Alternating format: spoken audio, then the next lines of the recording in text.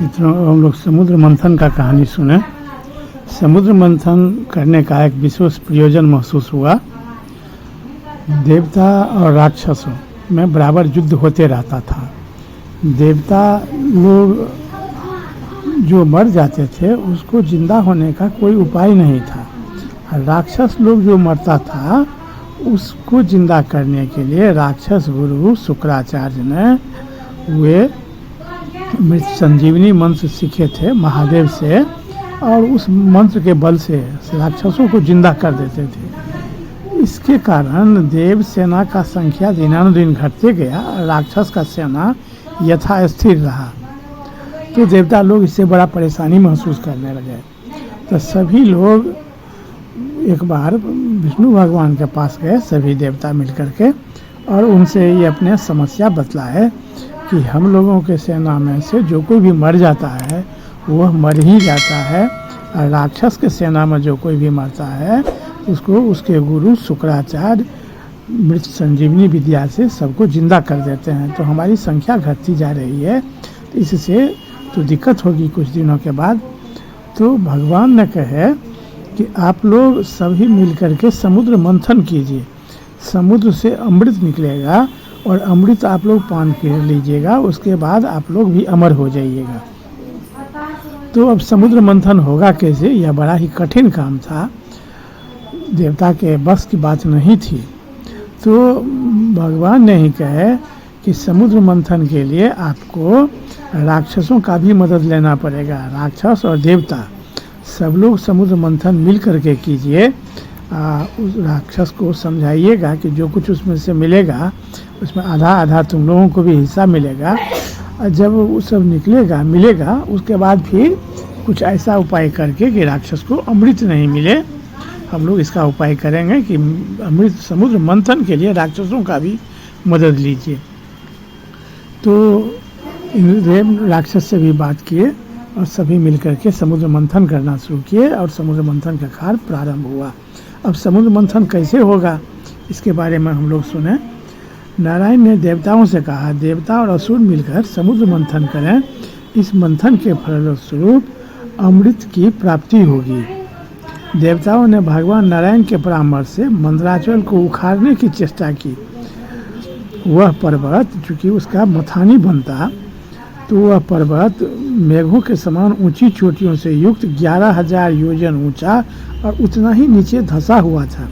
जब सभी देवता पूरी शक्ति लगाकर भी उसे नहीं उखाड़ सके, तब उन्होंने विष्णु भगवान और ब्रह्मा जी के पास जाकर प्रार्थना की, हे भगवान, आप दोनों हम लोगों के कल्याण के लिए मंदराचल को उखाड़ने का उपाय कीजिए और हमें कल्याणकारी ज्ञान दीजिए।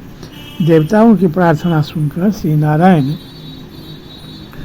और ब्रह्मा जी ने शेषनाग को मंदराचल उखाड़ने के लिए प्रेरित किया। महाबली शेषनाग ने वन और वनवासियों के साथ मंदराचल को उखाड़ लिया। अब मंदराचल के साथ देवगण समुद्र तट पर पहुँचे और समुद्र से कहा कि हम लोग अमृत के लिए तुम्हारा जल मथेंगे।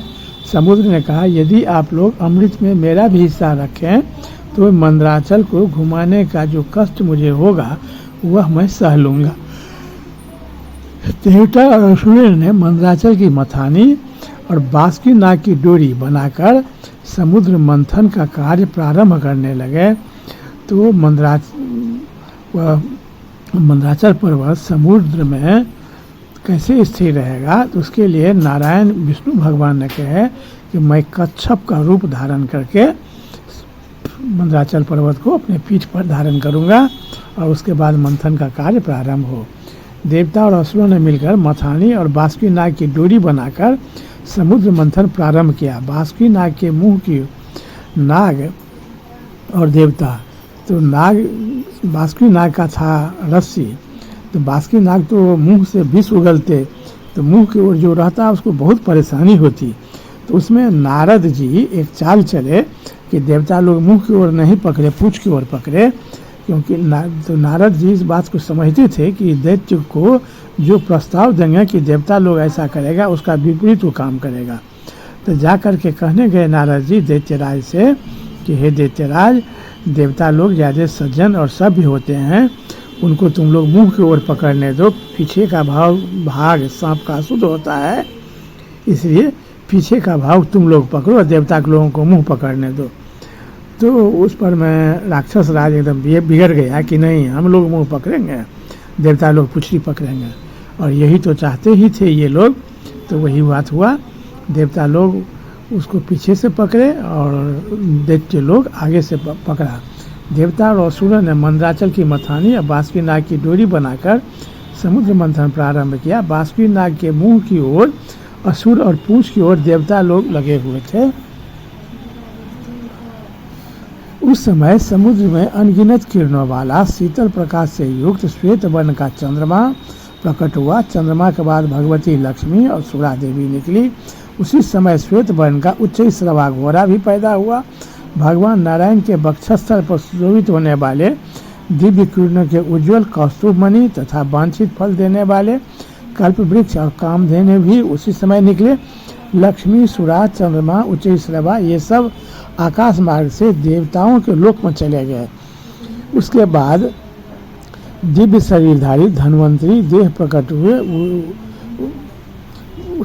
उसके बाद धन्वंतरी ने अमृत लेकर निकले, किंतु अमृत से पहले एक कलश में कालकोट जहर निकला, जिसके प्रभाव से सभी वहाँ पर मूर्छित होने लगे। वह बड़ा तीव्र जहर था। तो अब क्या होगा, बड़ा हाहाकार मच गया। तब सभी देवता लोग महादेव के पास गए और महादेव से कहे कि इसका कोई उपाय कीजिए। तो महादेव ने सभी जहर को पी लिए। उसके बाद बहुत कुछ निकलने के बाद समुद्र से पुनः धन्वंतरी देव प्रकट हुए और अपने हाथ में अमृत से भरा हुआ श्वेत कमंडल लिए हुए थे। वह अद्भुत चमत्कार देखकर दानवों में यह मेरा है, यह मेरा है ऐसा कहकर कोलाहल मच गया। तो उसके बाद श्वेत दांतों से युक्त विशाल ऐरावत हाथी निकला, उसे इंद्र ने ले लिया। जब समुद्र का मंथन किया गया तो उसमें से विष भी निकला। विष महादेव शंकर भगवान पी लिए। उसका शर्त यही था कि जो जो निकलेगा सभी को ग्रहण करना है। तभी से महादेव नीलकंठ भी कहे गए। यह सब देखकर दानवों की आशा टूट गई। अमृत और लक्ष्मी के लिए उनमें बड़ा बैर विरोध और फूट होने लगी। उसी समय भगवान विष्णु मोहिनी रूप धारण करके दानवों के पास आए और मूर्खों ने उनकी माया न जानकर मोहिनी रूपधारी भगवान को अमृत का पात्र दे दिया। उस समय वे सभी मोहिनी रूप पर लट्टू हो गए। इस प्रकार विष्णु भगवान ने जो अमृत छीन लिया था देवता से राक्षस लोग, उसको धोखा दे करके उससे ले लिए और देवताओं में बांट दिए। राहु देवता का रूप बना करके उस बीच में चला गया था, वह भी अमृत ग्रहण कर लिया। तो विष्णु भगवान को चंद्रमा और सूर्यदेव कह दिए। विष्णु भगवान ने अपने चक्र से राहु का गला काट दिए और उसी दिन से चंद्रमा और सूर्य से राहु को बैर भी हो गया। और उसके बाद सभी लोग देवता लोग के पास अमृत रह गया, देव लोग अमर हो गए। बहुत बहुत धन्यवाद इस तरह कहानी सुनने के लिए। वीडियो की अगली कड़ी का